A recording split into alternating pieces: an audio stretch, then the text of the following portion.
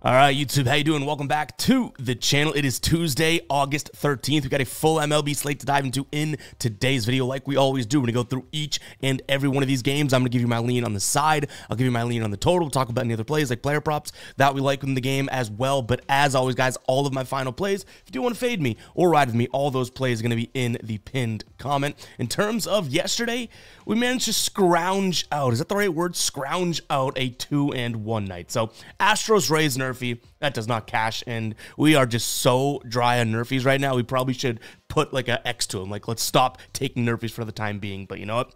We're idiots out here. The Red Sox team total over 4.5, that does cash. It was our full unit winner.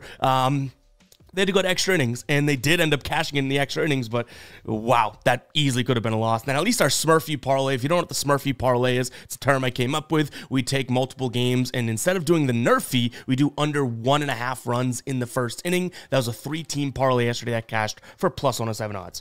We'll take that because I like the idea of the Smurfy there. But yeah, 2-1 night. We made a little bit of green, but that Red Sox one was lucky. The Smurfy parlay was the only one that really was a good look. But you know what? I'm man enough to admit, even when I win, that took a hell of a lot of luck, and you know what? A win's a win. There's no pictures on the scorecard, but there is a video on it. But nonetheless, guys, let's go ahead and jump into today's slate. First, we got to talk about the ride of the day, and unfortunately, this does not come through for Mersal. Hope I'm saying that correctly. Gotta drop the womp there. We had Cubs money line, Yankees run line, Diamondbacks money line, and Padres money line. I like the look.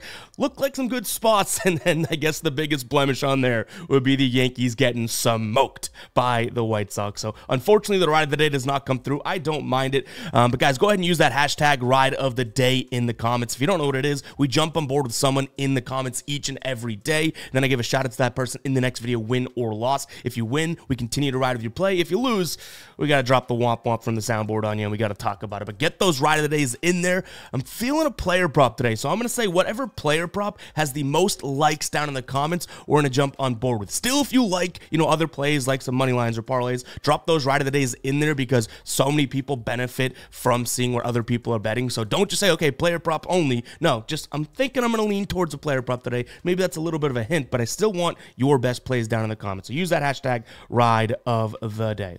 But all right, let's go ahead and just jump into it here. Let's see. We got our sliders all good to go. Here we go. Hit that like button. Hit that subscribe button as well, guys. Let's jump into it. We're starting off with Baltimore taking on Washington. On the mound for Baltimore, it's going to be Trevor Rogers. Has one mess start for Baltimore and then actually looked pretty decent. Did allow, I want to say, 9 or 10 base runners against Toronto in his last start, but only 3 runs, 2 of them earned, 5 innings pitched, and Baltimore gets a 7-3 win. Going up against Jake Irvin, who is, you know, one of, if not the best that Washington has to offer. His last couple starts haven't been all that great, but it was against Milwaukee and against San Fran, who their offense, you know, at times kind of step up as well. To me, this comes down to the odds, which is probably going to be what I end up sticking away from. Now, Washington hits lefties well. Rogers is a lefty. Rogers ain't all that great of a lefty either. He's a little bit better at home this season, but is this really his home yet? No, you know what I mean? So I probably end up looking at this saying, okay, you know what?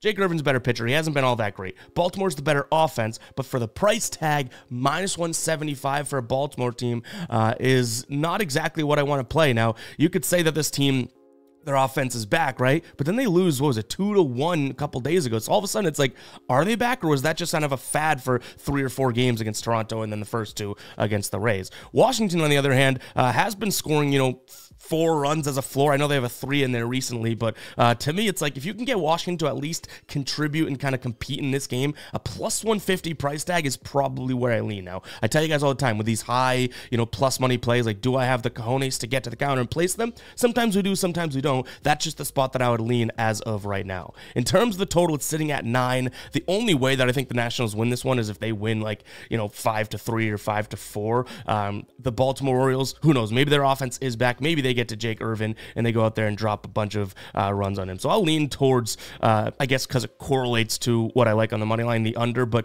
I'd much rather just say, you know what, plus 150, let's go see if this MLB team can do it, than kind of tampering with the total. So it'd probably be Washington or nothing for me. All right, Cleveland taking on the Cubs here. We have Matthew Boyd on the mound for Cleveland, making, I believe, his season debut coming off of injury, going up against Carne Javier Assad. Assad's numbers have definitely been a little up and down, but I think he's right in the middle right now of one of his up things. And now when I say his numbers are up, I guess they're lower because he's a pitcher. But a 1.8 ERA over his last 5. He's not striking a crazy amount of guys out. Even in the Chicago 8-2 win last start that they had, they're 4-1, by the way, in his last 5 starts. He only had 1 strikeout, so he's not necessarily blowing guys away. Only 2.2 strikeouts overall per game in his last 5 starts, averaging 23% at home. So maybe he gets a couple more Ks today. But this Cleveland team, you know, their offense has been in a little bit of a downturn, but they're still not a big strikeout offense. So I wouldn't count on him for strikeouts. I've even considered, based on the number we can get, his under in strikeouts. But overall, this spot for me, getting Chicago at plus money, who I think as of right now, they showed it yesterday, you know, that was a pretty damn good game, right? Both of these teams can score some runs. I don't think Cleveland does it again. Their timely hitting was awesome yesterday for an underdog to take that. So, you know what? Good for them. But to me, it's like you have Javier Assad on the mound. You have what I would consider right now the hotter offense.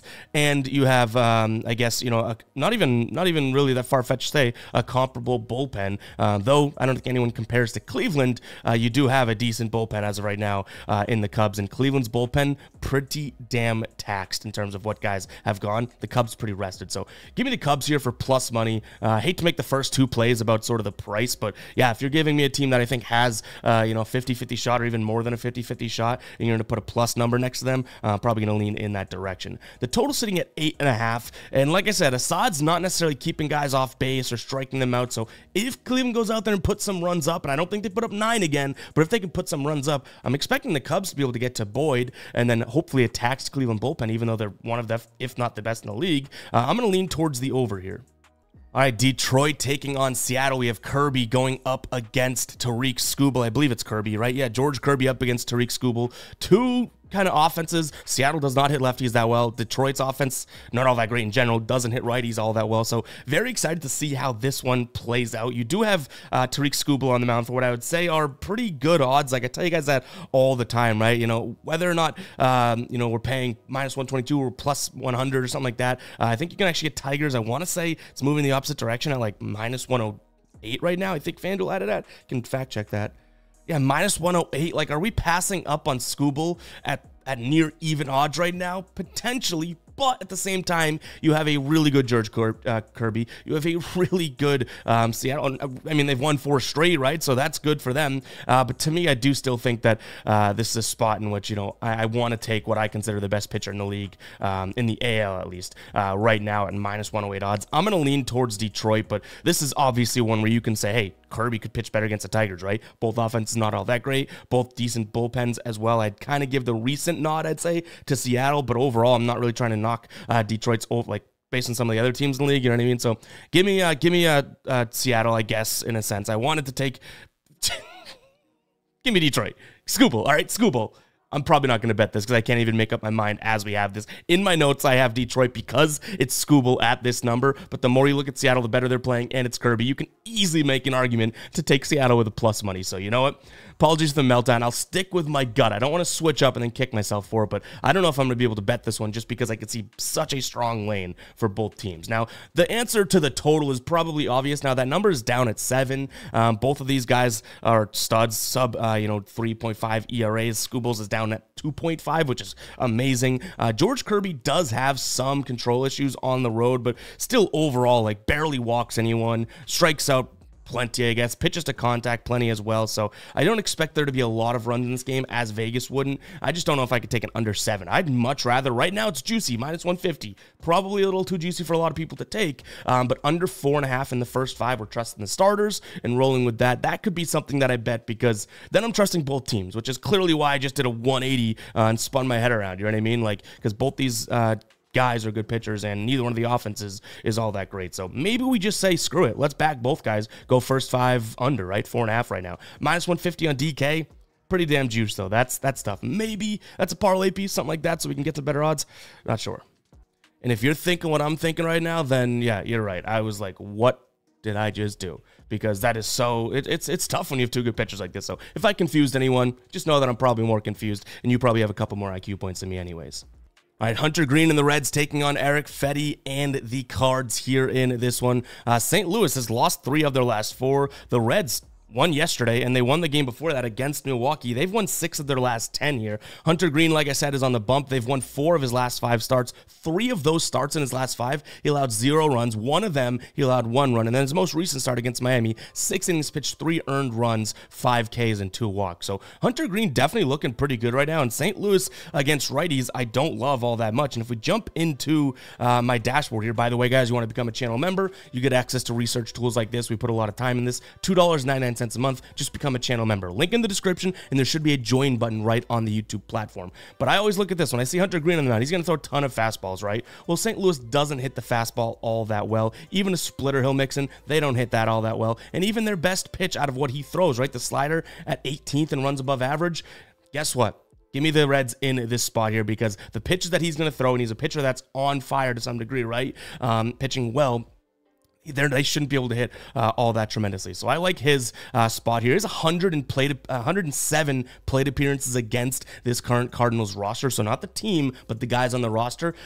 K rate of 35%. We know he's going to strike out guys, right? An average against of 211, an expected batting average against of 197, and an expected WOBA of 287. So all signs point to Hunter Green here. Do you trust the Reds offense? Not always, right? But they have been playing decent baseball. Other than that one dud against Milwaukee, they've been playing fine. So I'm going to put a little trust in them. Maybe if you want to do this in a better fashion, you could look at like St. Louis's team total under. Cincinnati's got a good bullpen as well. So if you want to go first 5, or if you want to go full game, that could be a move if you don't trust the Reds offense. But I think I trust Green and to some degree the offense today. In terms of the total, I don't know how much I trust them when we get to that. I mean, sitting at 9 right now, that means we'd need double digits to cash this one. And I don't see which offense is going to clearly give us double digits, so I'll lean under.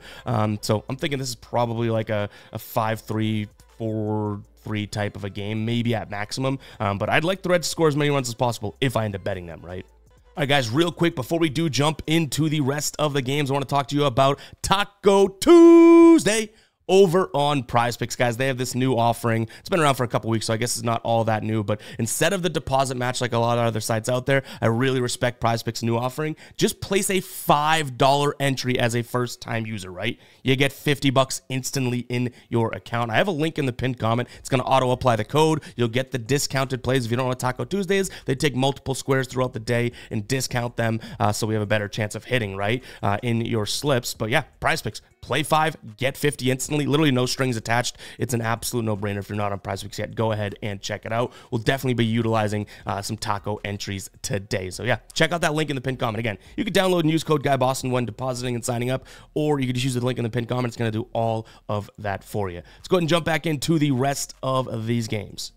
All right, we got Philly taking on Miami. I'm telling you, that Detroit and Seattle game is going to I'm going to play ping pong in my brain all day long about what I want to do in that game. But you know what? That's why we love sports betting, I guess. All right, we got Philly taking on Miami. Like I said, listed to start is going to be Taijuan Walker going up against Viente Belloso. Probably not saying either of those names correctly. So far, Belloso's been, and there I go, switching it up. Belloso's had some good looks, right? We could say. Walker, I don't know if I trust him as far as I can throw him, and nor have I really ever trusted him all that far. To me, this is a spot where I'm just going to go with what team I think has the better offense. And though last 30-day numbers would indicate Miami, to me, and again, it's kind of just a personal thing. Like, Philadelphia loses, what was it, 2 days ago, right? But they had some guys on base. They scored, 2 runs early. They scored 5 runs in total. Arizona just went off against them. So I think this is a bounce-back spot, but can we really swallow minus 180 odds? Not exactly sure. And the last time these two teams played was a 4-game series in June, and they split it. And they also played in May, actually, now that I see that. And the Phillies looks like they won 2 out of 3. So their offense has been kind of cruising against this spot here. So and against this team, and they're in Philadelphia. Give me the Phillies. I just can't get to the Miami side of things today, but that minus 180 is really, really tough to look at. Maybe this is a Miami team total under, but because we're just fading the offense. But again, are we really going to back Taijuan Walker? That's where it gets a little sketchy. I don't mind the full game under, because then that kind of gives credence to the counter of, well, this Phillies offense has been kind of tough. So I'll lean towards the under here in this spot. I don't think the Phillies go off and score 12 runs, but I think they could have, 5 in their pocket today, and I don't think the Marlins necessarily get there. So give me the under. All right, Tampa Bay taking on Houston. Baz on the mound for Tampa Bay, going up against Kikuchi for Houston. We actually just saw this matchup recently. Kikuchi against Tampa Bay, 5 2/3, 11 strikeouts, just 3 hits, 3 walks though, but ended up getting a Houston 3-2 win there. Baz in that same game went 5 1/3, 5 strikeouts, 2 earned runs. So both these guys did pitch fairly well, and I think we're putting a lot of weight into that based on what we see from that total, right? 7.5. So I'm actually going to immediately go and look at the over. Now, Kikuchi is obviously pitching really, really well here in Houston so far, but this is a Tampa Bay lineup that I don't mind against lefties, and I sure as hell don't mind them against lefties at home. We said we don't mind them against lefties, and Kikuchi ended up pitching pretty well, but we kind of sniffed that out as well because he throws a ton of fastballs. That's where the Tampa Bay Rays kind of struggle. But overall, like, they just saw him. This should be a lineup that bats better against lefties. Kikuchi really struggles against lefties here. Now, it's not like they're stacked with lefties in this Tampa Bay lineup whatsoever. I think we're probably going to see maybe not even one today if the expected lineups are correct. So sure, they're over here saying, okay, well, you know what? He pitches really good against lefties. We don't have any other lineup. They're trying to get to him. You know what I mean? So I think they're going to do all they can to try and go out there and score runs. So I like the over in this spot. But all that being said, it kind of sounds like I'm razzing on Kikuchi, right? And I also know that every time I say his name, it sounds different. I just can't help it.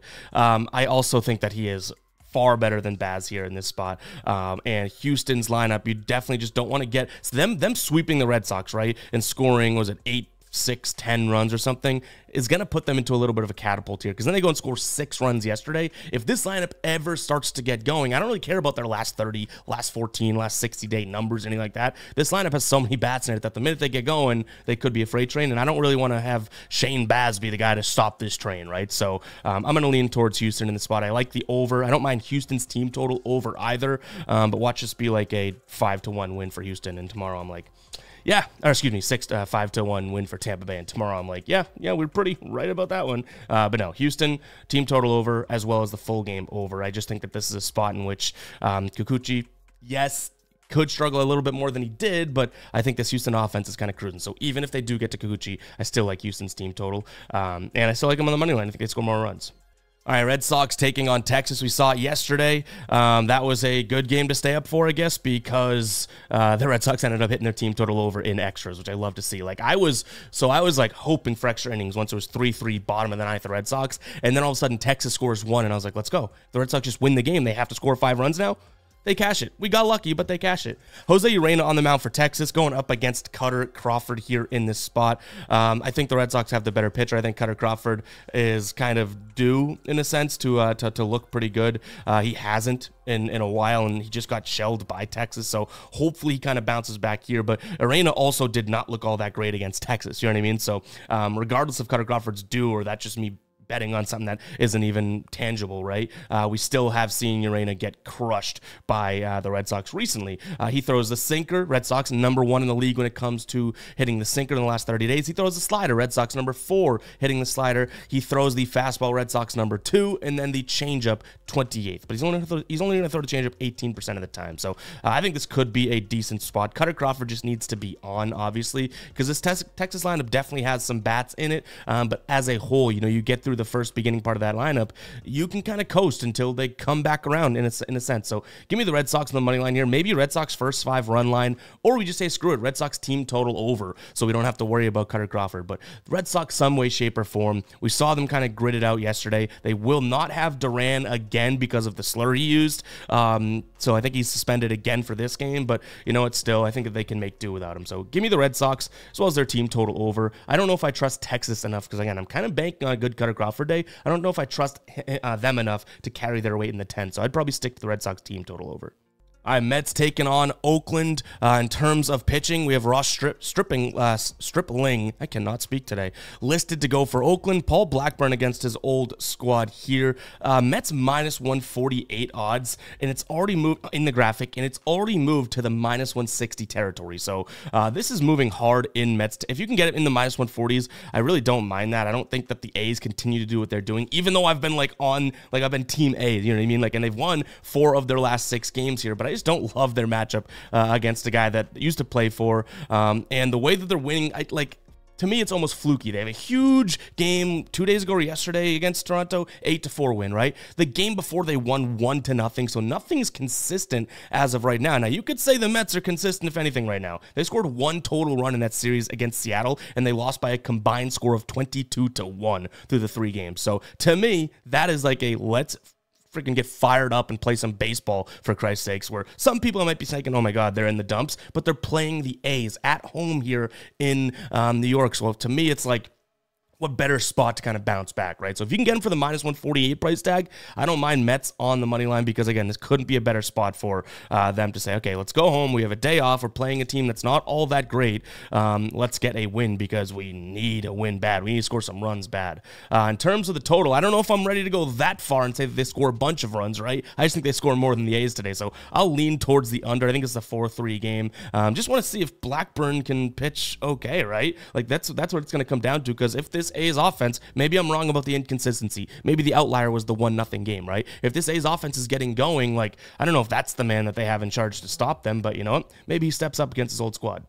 Minnesota taking on Kansas City. Zebby Matthews on the mound for Minnesota, 24-year-old pitcher. I believe he just got called up like this week, so we'll see. He has not pitched in the MLB yet, so we'll see if he is the starting pitcher. Again, guys, I recorded these pretty early, so starting pitchers can change all the time.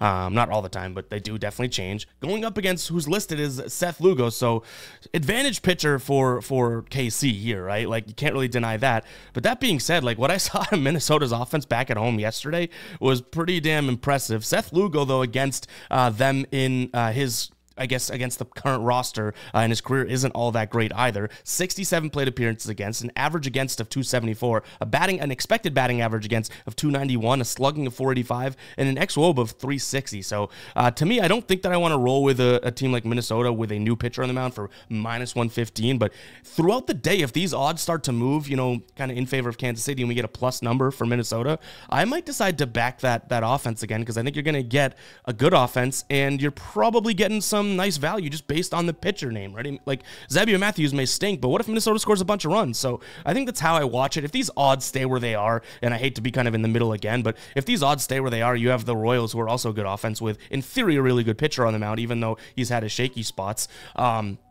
For plus 100 odds on FanDuel right now, like, I don't know if I can deny that that's a good spot. You know what I mean? So I want to monitor these odds, because I'm almost hoping for Minnesota at a way better price, and then I might even jump on it. But if it doesn't, I can totally see why someone would say, okay, screw the fact that Lugo hasn't looked good against these Twins in the past. He's still the better pitcher, at least that we know, than this Matthews kid in the bigs, right? Who cares how he does in AAA? I'm not a big proponent of that. I'm also not the biggest believer in, you know, being a new pitcher helps you and you have an advantage. I think the moment can be too damn big for you. And you also have a really good Royals offense. So we'll see where this goes. I don't mind the over either way. Whether, you know, Lugo ends up having a tough time and Zebby Matthews goes out there and has a tough time. I think we could easily see 9 runs, like a 5-4 game, wins this one yesterday, was pretty damn high scoring as well. So I don't mind the over in this spot either.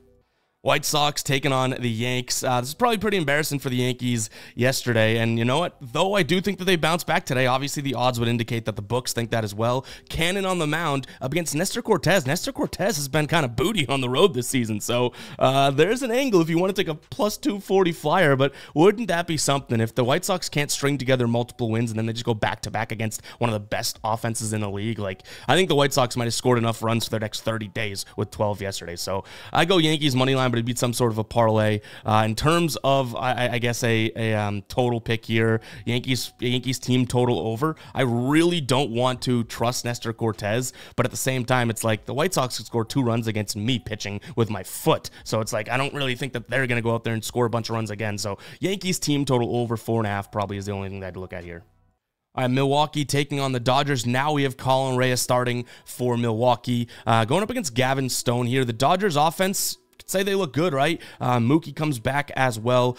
Good look for them. Win, what was it? 5? Let's see. We got it up here in front of us somewhere. 5-2 yesterday. I was going to say 5-3, but okay, 5-2 yesterday. Kershaw finally went 5 innings. I saw that as well. Like, good for him. Peralta also, I mean, let up some big scoring plays, but, you know, went 6 innings. So I guess he did his job to some degree, but overall you have Milwaukee here plus money. Definitely enticing because their offense has been pretty good, but I don't want to say that this Dodgers offense cools down one bit. And against Colin Rea, a pitcher who I do like, but he has some really shaky numbers against the current guys in this team. A 15% K rate, a walk rate of 22%. You heard that correctly, 22%. An average against of 273, excuse me, and an expected WOBA of 419 with an expected slugging of 537. So to me, if you have an offense like the Dodgers here going up against a pitcher that I don't know if he's going to have his best game against them now that we look at his career against them, I think I have to lean towards the Dodgers here in this spot. I'm not a big Gavin Stone guy. I feel like I haven't been, and I've been, not to say an ass to him on this channel here, but I really have never really wanted to back him. But this Milwaukee offense might be able to get to him, so I'm just kind of hoping that, LA scores more runs, and we have a total sitting at 9. Let's get to 5-4 and take it from there. Give me the Dodgers on the money line, as well as a potential lean towards the over, but I could be convinced of some sort of like fading Colin Rea player prop as well, and that would be the way of like betting the Dodgers, if that makes sense. So we don't have to worry about Stone. We don't even really have to worry about the offense to some degree, kind of like as a secondary thought. But if we can just fade Colin Rea, then maybe that's how we back the Dodgers overall, just by saying he's not going to have his best stuff. All right, Angels taking on Toronto. We have Kevin Gausman on the mound for the Angels, going up against Carson Fulmer here for the Angels, or at least he's listed to start. Fulmer has looked okay. Like I've admitted so many times, I just don't know, and I haven't seen enough of him to fully trust him. Kevin Gausman, however, has looked pretty damn good on the road, and he's on the road here. Now, is that price backing a pitcher that hasn't exactly been Mr. Consistent? Minus 142 is a hell of a lot, but if you want to go Toronto, I think has a better offense, as well as the better pitcher today for a first 5 run line or something like that, I don't hate that spot. I think that they can get a big lead here, or at least a lead. It doesn't need to be big in the first 5, and you're getting plus 105 over on FanDuel or plus 104 over on FanDuel. Like, to me, that isn't that bad of a spot. So I'm going to trust Gausman. He's going to throw a ton of fastballs. Let's dive into the dashboard here. You can see Gausman, ton of fastballs, ton of splitters, and then he's going to mix in a slider and sinker. Well, what I really want to look at here is this fastball. 24th runs above average this in the last 30 days here for the Angels, right? Whereas over here, you're going to see a couple different pitches. Sinker, slider, changeup, fastball. Okay, not very good against the fastball, the Toronto Blue Jays, right? The sinker, middle of the pack. The slider, really, really good. And then the changeup, not all that great. So he has a mixed bag of pitches. So why not, trust an offense that has been decent, middle of the pack at worst, you'd say, right? Almost the top 10 in some categories offensively versus righties over the last 30 days. And even down here, looking at the bullpen, that's why I like the first 5. Like, as crazy as to say, yes, Toronto's a better team. Yes, I like them over the Angels here, but that bullpen absolutely stinks. I said Nestor Cortez on the road was booty. That Toronto bullpen, they should just put a big old poster, a bunch of butt cheeks in there, because ain't the best bullpen there, which is also going to be something that makes me probably slightly lean towards the over, because at any moment later on in the game, something can happen here. But I'm just not on the Carson Fulmer train. I know a lot of people are. Every time we have him starting a day, and I'm like, I don't really like the guy. People are like, have you watched him? And my answer is briefly. You know what I mean? And it's not always watching. I'm looking at the numbers, looking at the offense here. That's why I don't mind the idea of an over either. But give me for plus money, Toronto first 5 run line. Let's roll with it. But at least I'm transparent about not being the biggest Fulmer believer or like expert. And quite honestly, I'd rather tell you guys that, so when you make your own plays, not just following me, right, you know that, hey, well, Ev doesn't know this about Fulmer. We just know his pitch mix, his stats, and I've seen like probably 30 pitches from him. All right, Padres taking on Pittsburgh. Michael King on the mound going up against Luis Ortiz. The total sitting at 8. That's kind of where I went right away. Not because I think that this is going to be a spot in which both team gets blanked or anything like that, but I figured it might be a decent look at Pittsburgh's team total under. Michael King against them, 37 plate appearances against, an expected batting average against of 185, a K rate of 32, and an expected WOBA of 255. That's pretty damn good overall against a team that isn't the best of offenses right now. He throws a fastball. Pittsburgh 18th in terms of runs above average there. The slider 16th. The changeup 15th. And then the sinker 12th. He throws those all about 25% of the time. They should be able to hit it. Now on the other side, Luis Ortiz is going to throw slider, fastball, cutter, sinker. Well, San Diego good against the fastball, good against the cutter, good against the changeup, not so much against the sinker, but even still, 3 out of those 4 pitches I'll take all day long. Even that fastball, right, is going to be his main pitch. 11th most in terms of runs above average in the league right now ranked. So give me San Diego. That price tag's too much, so I'd probably consider them first 5 run line. But if you want to take them run line on the full game, I don't mind it. I just hope you guys know that, or at least I want you to know that I usually only look for decent value with that -1.5. And I don't necessarily think that this is going to be like a runaway type game for San Diego. I don't think their offense puts up 20 today. But if Pittsburgh, I'm already betting their team total under in my brain, right? Then they could separate themselves, San Diego, by the end of the game, right? So for +105, I tell you guys, I want value on it. I want a big plus number. At least it is a plus number. It's not the biggest plus number, but I could consider them -1.5 today. I could. All right, another super juiced one here. We have Arizona. They've won 8 of their last 10. They're scoring a bunch of runs. You got to respect what they're doing here, too. On the mound today for Arizona, looks like it's going to be Eduardo Rodriguez going up against Austin Gomber. Austin Gomber, lefty. Arizona crushing lefties right now. I don't think that there's any true like value way of playing this other than saying, okay, you know, Diamondbacks, go out there and get your runs again. Over 4.5 right now for -130. Seems like it's a little bit juiced, but if you look at what this team's been doing, is it really all that much juice? Like, I like the spot. I also wouldn't like jump to trying to back Eduardo Rodriguez just yet after 1 start, right? 5 2/3, 3 earned runs, 4 hits, 2 walks. Not that bad, but like, are we really just going to jump into this? Like, he might be due after his good first start for a bad start. So I think I like the idea of Arizona just going out there and scoring 5 runs. They've scored 5 runs, I want to say, in 7 of their last 10 games. So they're doing that. They've won 8 of their last 10. I think they can go off against Gomber here today, or at least I hope they can. So I'm going to lean in that direction. I would want to say that Gomber has looked okay at times. Like, I feel like this is always what's he doing? He's going to flip burgers next, but like, Gomber has some good spots. It stinks for his overall stats that he plays in cores, and I don't think he's like that special of a pitcher or anything. Don't get me wrong, but he's had some starts where it's like, whoa, who's this guy? I just hope that doesn't come today, and I don't think it will against a team that is 2nd in average against lefties last 30 days, 5th in WRC plus, striking out the 5th fewest times, 2nd in on-base percentage, 5th and 6th in OPS and slugging. So I think Arizona scored some runs today. Team total over, that's probably how I'd play this because it mixes the total and the money line. San Francisco taking on Atlanta. What a game yesterday. I wanted to pull the trigger on the under, and I didn't because I just couldn't get there, and it was a 1-0 game, and it went to extras to score that. Blake Snell, Chris Sale, amazing. Like, that was, I watched about the first 5 innings of that one and then got a little sleepy, needed my beauty sleep. What a game, all right? What a game. If you like no scoring, you like pitching, you know what I mean? Today, I don't think it's going to be the same situation. I'll tell you that right now for free, obviously. Kyle Harrison on the mound going up against Charlie Morton. Neither one of these guys studly in my brain. I would say that Harrison's actually been decent at home this season. Charlie Morton kind of struggling on the road, and with a game here in which, you know, San Francisco gets blanked yesterday. Kind of want to back them to bounce back today. Now, I don't think it's going to be a really high-scoring game or anything like that, but I do think that, you know, they can get to 4 runs, and that might do it. You know, Atlanta did not touch the bullpen nor Blake Snell yesterday. Same thing with San Francisco, obviously. So I do think that this could be a spot in which San Francisco can win with a score of like 4-2 or 3-1, that type of thing. Like, it's a low-scoring game. Give me the under as well as San Fran.